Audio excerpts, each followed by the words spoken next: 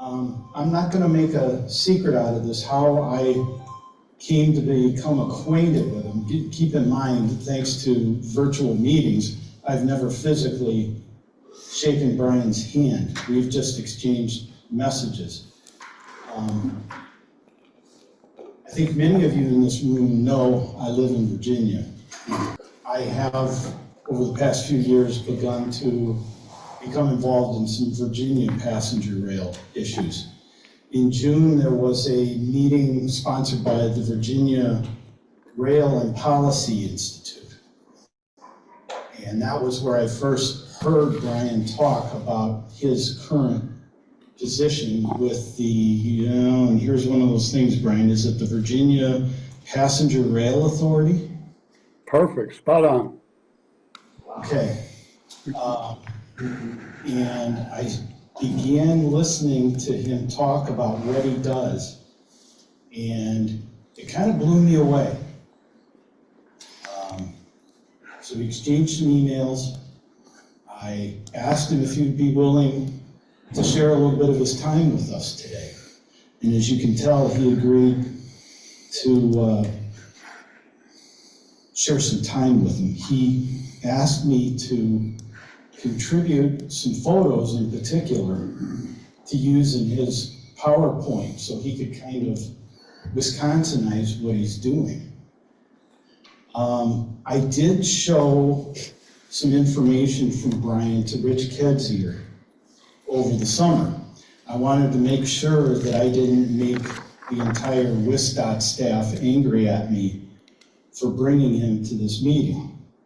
And they gave approval for Brian to be here. They respected what he brought to the table and how he presented it and everything like that. Rich Kedzier did ask that I have one condition that I brought up to you that are here in person and brought up to you that are online watching, is WisDOT does not have the funds to create a position and pay a person like Brian within the state of Wisconsin.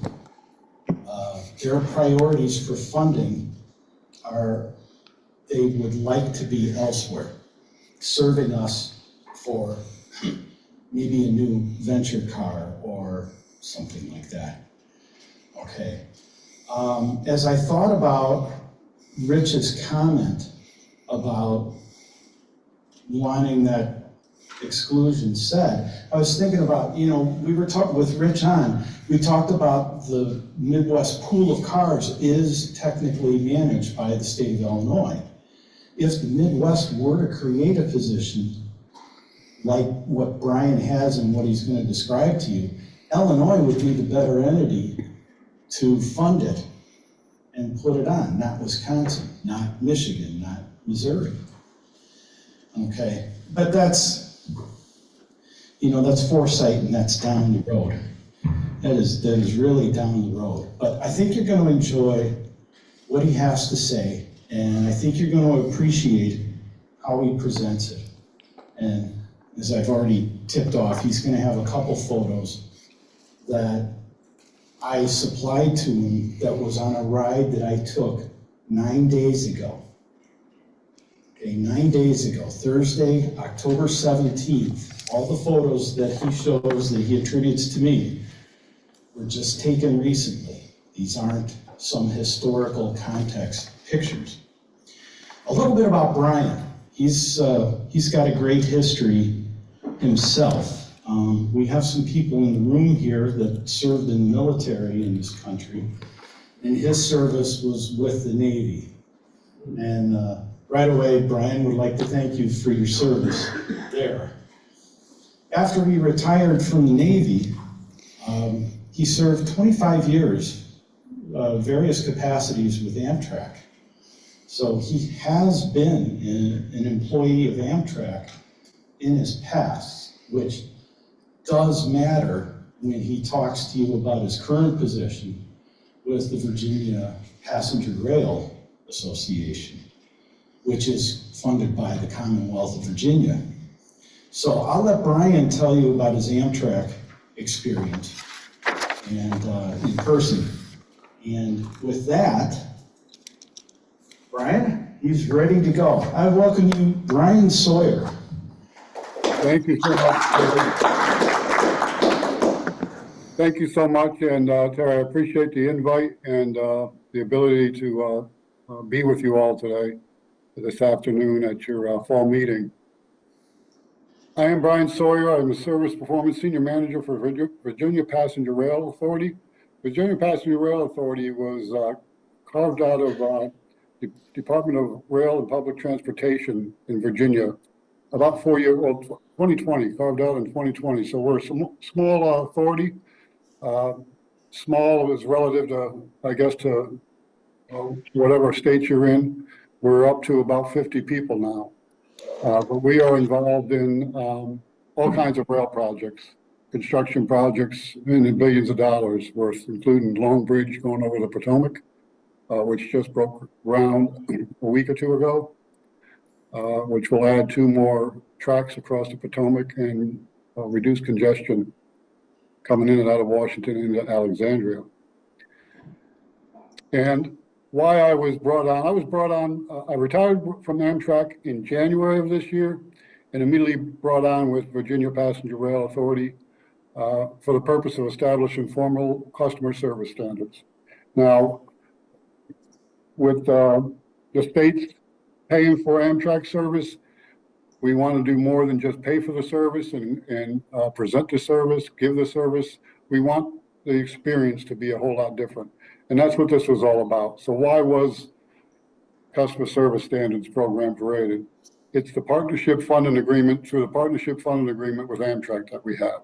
It literally states in there that we would come up with these standards. And this is in order to achieve a more consistent passenger experience.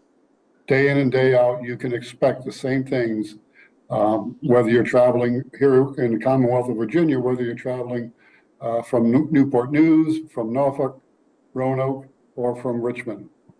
You can expect the same service on every train that you board.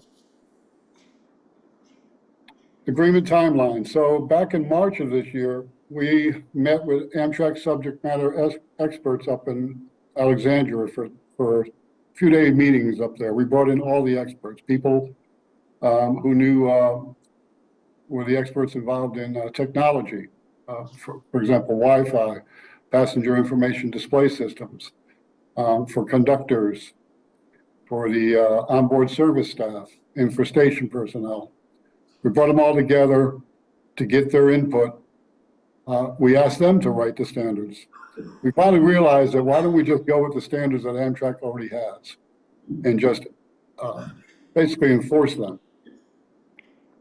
So we came up with that on the first couple of days. On the 3rd or 4th day, the bottom picture, bottom photo in this slide shows the legal eagles getting together and finally hammering the details out of this agreement. The EPRA signed the agreement August 1st. We are waiting for Amtrak to sign the agreement as well. But a grace period has begun already for this. We wanted to give them a grace period, give us a grace period, all working together, where we could, basically the first year of the agreement, no penalties would be assigned. It's just working out all the details, any problems that might exist, unforeseen problems that we may have seen or may not have seen. And then October 1st of 2025, the compliance regime begins. The objectives of the workshops were to identify several metrics under 5 areas of concentration. We wanted to concentrate on technology, food and beverage, cleanliness, OTP, and the customer experience overall. And then once we got those, we wanted to identify the methods of the inspection for each one of these metrics. And data points having to do with how many times will we inspect each one of these metrics to make it a valid, measurable result. Again, we wanted them to be objective and not subjective. So this boiled down to basically saying, for example, your Wi-Fi. We wanted to come up with a way to measure the Wi-Fi the areas where it was reasonable to measure the Wi-Fi within the state. And basically have data to support the findings of the inspection. We wanted them obviously measurable and impactful to customers. So what was developed? What final standards were developed? We came up with 17 standards. First one was Wi-Fi. Onboard Wi-Fi is expected to deliver a certain level of Mbps's per device as measured by the Amtrak approved speed test application. This is an application I shared with Terry on his trip a week or two ago. Speed test application. Amtrak agreed to this. And I simply go on board the train, or one of our inspectors will go on board the train. I'm the only assigned inspector, but there's my boss and a few other folks in the rail division will also ride trains and do the same type of inspections. So we'll go in there, we'll get into this application, this app, and we'll run the speed test to see whether or not it meets the Mbps's in the areas. And you'll see in a little map, if you can see it, I'm not sure how big your screens are, the little map down there at the bottom. These are the areas that Amtrak and VPRA have agreed not to test in within the state of Virginia because it's a known areas where you're not going to get very good Wi-Fi working at its best. PA functionality. I'm not sure if anybody's been on a train and has heard the PA system come on, and you either can't really hear it, you don't hear it, not audible, or the announcements are not clear. When I say not clear, you have a crew member that is basically just rattling off quickly what they have to say, and not really being able, passengers not really being able to understand it. And then the functionality itself of the PA system. Say, for example, you get on board and you know that you're hearing it in another car, but you can't hear it in the car that you're in. I'm required as an inspector to go to the crew and ask them to test that PA. Here is a standard crew use of the cafe tables. This is a picture that Terry was able to provide to me. Is the crew using no more than 2 tables in the cafe car? Now, Amtrak's current standard actually says 1.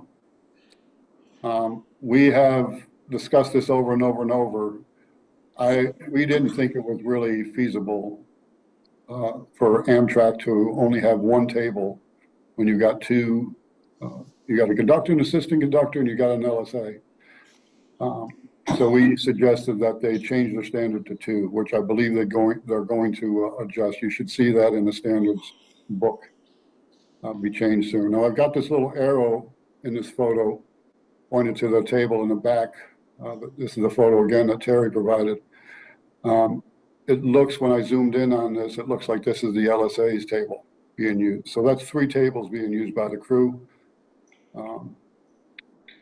Yeah, and that's 6 tables in that cafe. This looks like a cafe that in the back of it is a business class section, maybe 18 seats. Maybe Terry can correct me if I'm wrong, if we can recall on this one. But you've got the crew using half of the tables in that particular cafe. Standard number 4 is emergency provisions. There's been on times here, probably more so in your state, it's going to happen where we've had snowstorms or ice storms and trains are broken down, haven't moved for a couple of hours. We want to make sure that there's provisions stocked with the snack packs and water at least to hand out to the passengers in case of emergency. This is a standard that they've agreed to. So we expect to see, for example, the standard we came up with was 8 cases of water and 4 cases of snack packs, which is about 300, enough for about 375 passengers. Station dwell times. We want to know, did the train that was inspected meet established station dwell times, lacking any extenuating circumstances like a wheelchair lift, a crew taking an EC1, unscheduled crew changes, etc. And were the overdwells coded properly? So a lot of times you'll get overdwells, and you'll see the coding as passengers and or bags. We don't know what that means. If you've got it 7 minutes overdwell and you're saying passengers and or bags, we're expecting them to explain a little bit more why the passengers and their bags. Of course, we have passengers and or bags. Give us a little bit more detail about why that was overdeveloped. There should be more reason. And we have not come up, currently have not come up with a measurable standard for that. We're still in negotiation with Amtrak of what that will be. This one and also another one, the Washington through train performance. This is yet to be formally agreed upon as well. What we're having problems with, one of the biggest OTP issues for us is trains coming out of Washington southbound into the state of Virginia. They got anywhere between, I think it's 17 minutes, which is pretty unreasonable, and 35 minutes to change the locomotive, the electric locomotive out to diesel coming into Virginia. And we have some pretty bad performing trains for some reason, and some that hit their mark. And typically the ones that hit their mark are the ones first thing in the morning. Will be okay. To ease that up a little bit, we've allowed Amtrak to start sending Charger locomotives instead of just the P-42s down into Virginia. That has helped a little bit, but with some infrastructure issues at Washington, it's very tough for Amtrak. But we want to work with them to attack this issue. Again, none of this program is a gotcha type of thing. We don't want to present this as a gotcha type of thing. We want to work collaboratively with Amtrak to correct some of these things. Cafe service announcements. Again, we're just getting back to the basics here. These are nothing more than their own standards. The standard says that they will make the cafe service announcement, which includes the location of the cafe in the consist, from the origination point and any major station stops. And our major station stops are considered Norfolk, Newport News, Roanoke, Richmond Main Street, and Staples Mill. We have 2 stops here in Richmond, Main Street and Staples Mill. Station arrival announcements made, as well as major station departure announcements. Again, the same sort of thing. As you're departing a major station, you should make a major station departure announcement. That will basically be the same announcement you make when you leave your origination point. Includes all safety, where the cafe is located, where the restrooms are located, those type of things. Power change announcements, standard number 9. We wanted to make sure that anything northbound going out of Virginia into Washington, D.C., where the engine will be cut off, the locomotive power will be shut off for a certain period of time, to make that announcement to advise passengers, don't be using the toilets. They're not going to flush during that period. Your power will be out, and anticipated time of return of power. A big one as well for customer experience is going to be your en route delay announcements. The standard is announcements made within 3 minutes of the standing delay and updates every 15 minutes thereafter, unless the duration can be regionally determined. So far, they've done pretty well on this. I've been inspected formally since July, and they've done pretty well on this standard.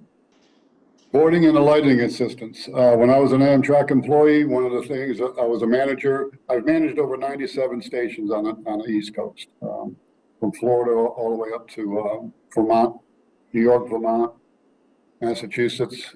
One of the things that really bothered me was seeing employees, whether they're station employees or conductors, just standing by watching passengers struggle with their baggage. And their standards actually say they must assist where possible. So we expect that. Use of step boxes are utilized for passengers boarding and detraining, again, per standard. Most platforms are low platforms, and I'm sure that's the way it is in Wisconsin. If you've got 8-inch above rail, maybe you don't need it, but ours are typically even with rail.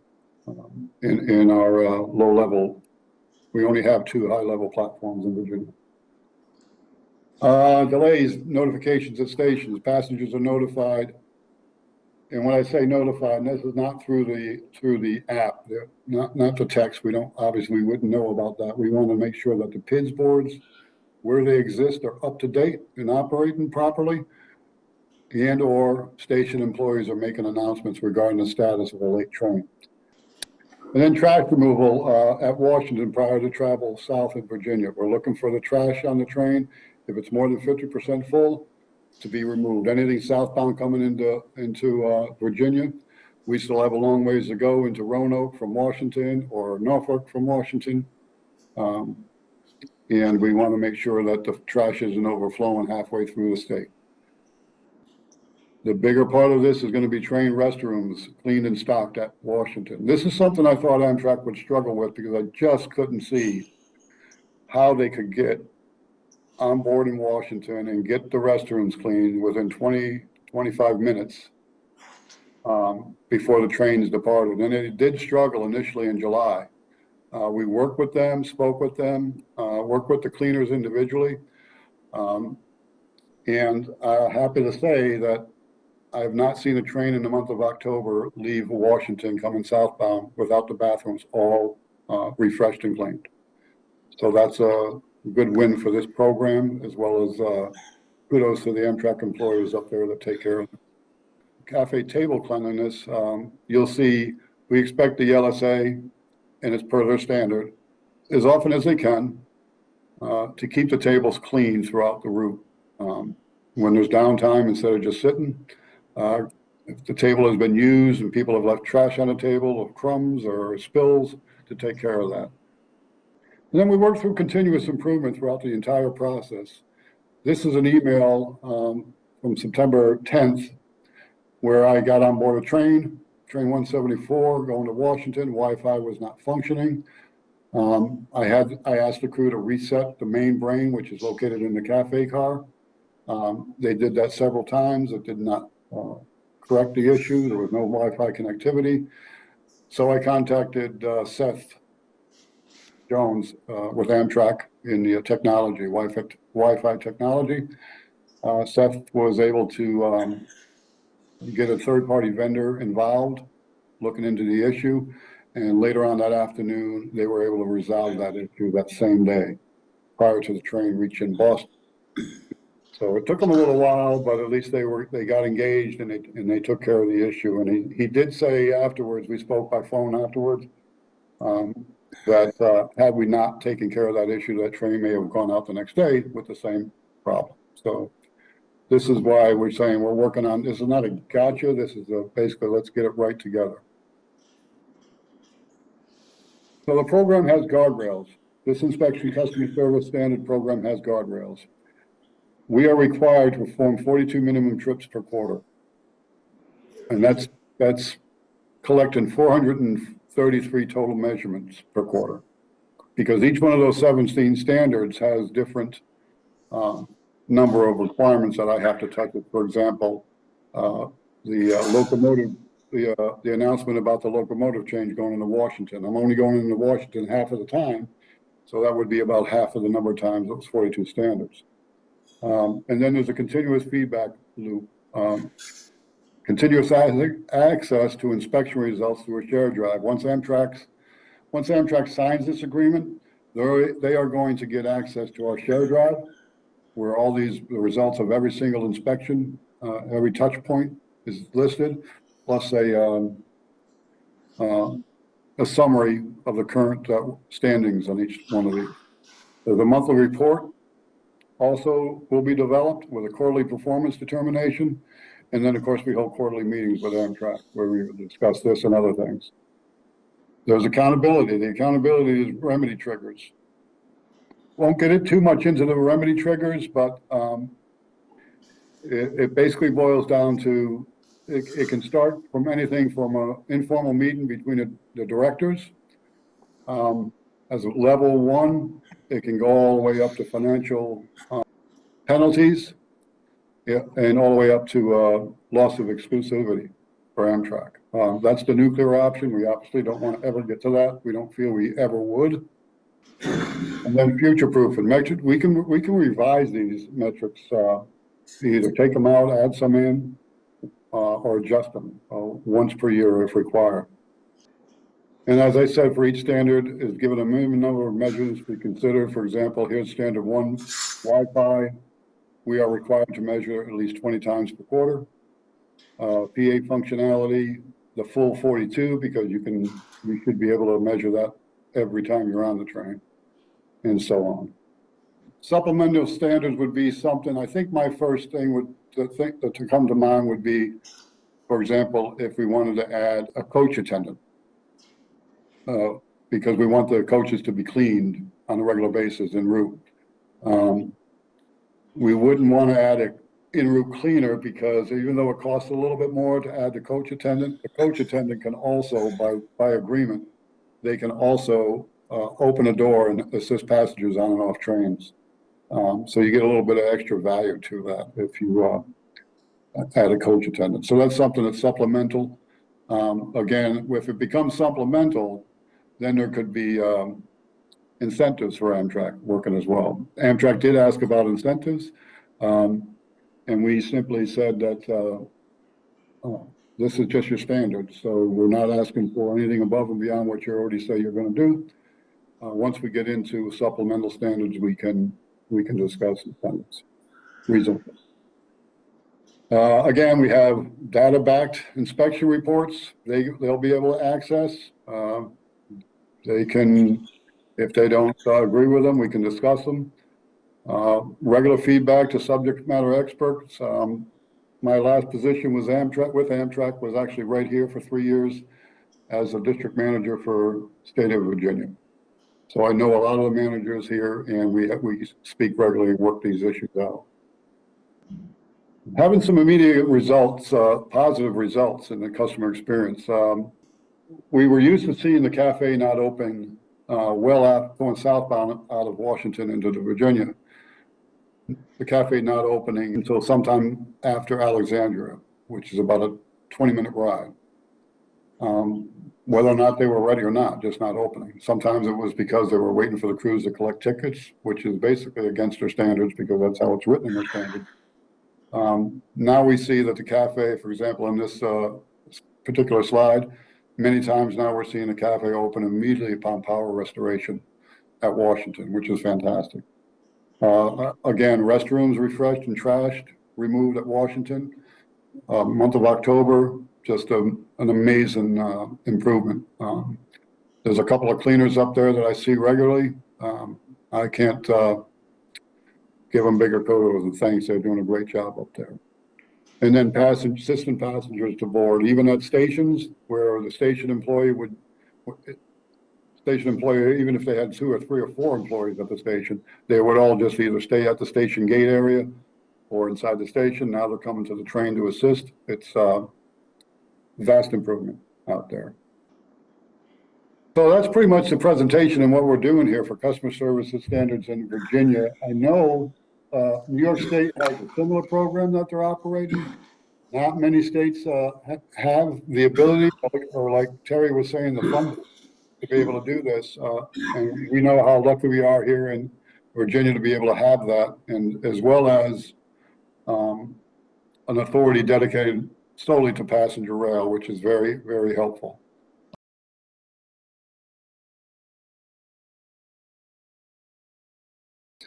When Terry sent me some of his photos last week, it looked exactly like the service we're seeing here in many cases. Very, very familiar. So are there any questions I know you gave me 20 minutes, Terry, I believe it was. Let me inject a couple things. Reinforce something he said. He's upholding Amtrak to their own standards. He's not creating a whole list of things above and beyond what Amtrak thinks they should do. He's just asking Amtrak to do what Amtrak says they should do.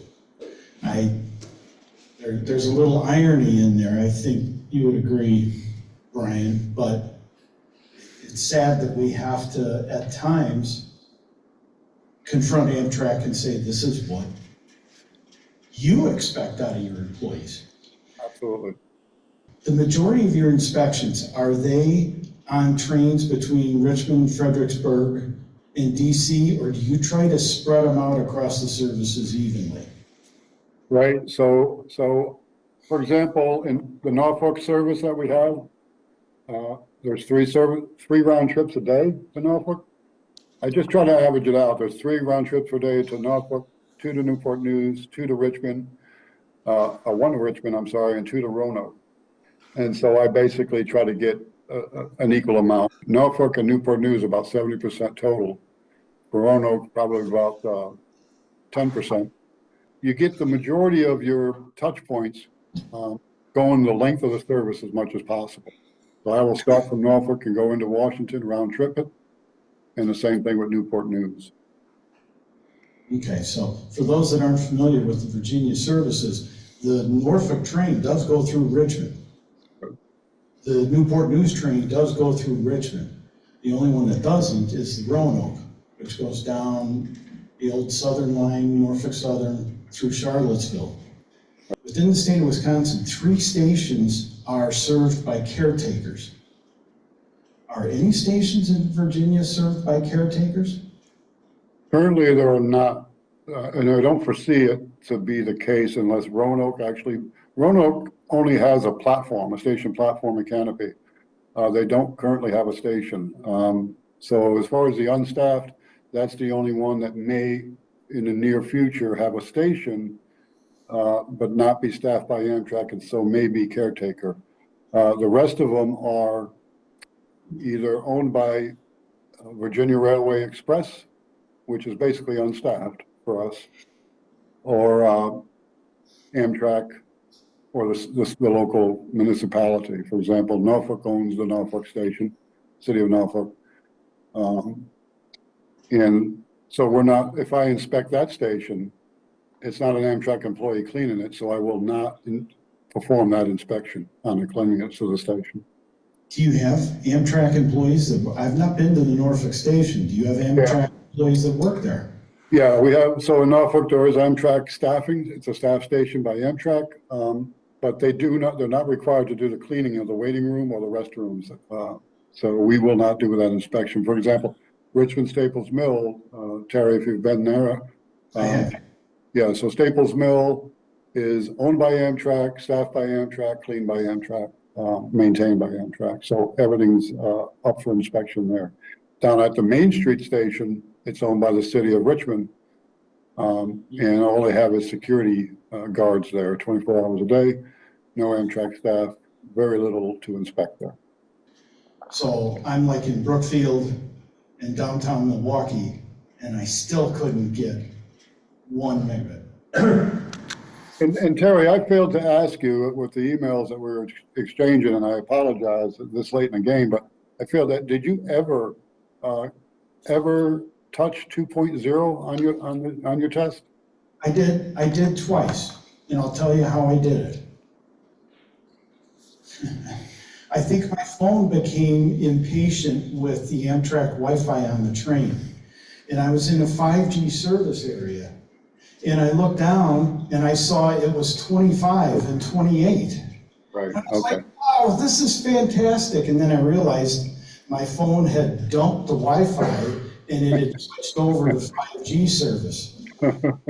My own personal AT&T 5G. Right. So I ended up putting my phone into the airplane mode. And I never saw anything above 1 again. Let's say, for example, Wisconsin was about to come up with the same sort of agreement, in a position to come up with the same sort of agreement with Amtrak. And you spoke to the Wi-Fi folks of Amtrak, they would do the same thing they did with us and they would test the maps, test the area, test the entire route, and tell you what to expect. And if they, instead of the 2.0 standard that they gave us, maybe they give you a 0.50. No, we don't. There's only one person laughing at that comment. That's 2 people. No, we're not going to go backwards. One last question about the Wi-Fi I'll ask you, and I mentioned the 5G. Where is this going with the implementation of 5G across this country? Is that easily rebroadcasted across a passenger train flying at 70, 80 miles an hour out in the country? It's not really. I mean, I think you may see the improvement that they're actually, it may be the improvement that we're actually see right now with the 5G, with going up to 4 point something. I'm actually getting 4.5 point now. So we're definitely exceeding the standards now. I don't know, maybe they knew that when they gave us the 2.0 as a standard, but no, it's very difficult for a train going through some really tough terrain. You know, I would love to come to Wisconsin and take a ride up through there sometime. But I can imagine the rural areas that you go through. But there's also some pretty major cities that you go through. You should experience some decent Wi-Fi. I think it's very good, the application of standards that you're doing and measuring various things. But I wondered if you weighted any of these measurements by their importance. And to put it into some sort of context, it's no doubt useful to a passenger to be regularly updated on a delay. What would be much better for the passenger is not to have the delay. So do you know, as a simple example, do you weight their compliance with on-time performance as being much more significant than their ability to make an announcement about the delay? Thank you, Frank. Very good question. And no, I thought our approach is not to weigh any of these any heavier than another. And for your example about a train making an announcement when there's a delay or a standing delay and why the delay is occurring, yes, of course, it's better not to have the delay altogether. But for example, I mean, if you've got downed trees, or you've got possibly a car or a truck blocking the tracks, that's something no one can foresee, nothing you really can predict and do about. But as far as the delays, like, for example, track work, scheduled track work that you know is going on, yes, that's the type of stuff we will get into. When, for example, when you want to do these, you want to have these work blocks, let's work together about what's the best time of day to do these. For example, with us, we have Virginia Railway Express, which operates between Spotsylvania and Washington, D.C., and can interfere with our train service and Amtrak's long distance service. Let's work with everybody's schedules and see what's best for everybody. We've done that recently, and we've actually had to cancel service in the month of October just to get, for example, some infrastructure work done on switches in the tunnels in Washington, where a year or two ago we've had some pretty bad issues with derailments going over some switches. So, yeah, it's basically, we don't want to weigh anything. It's all about the customer experience. We feel that these 17 are the experiences that everybody has when they're on board a train every single time they come.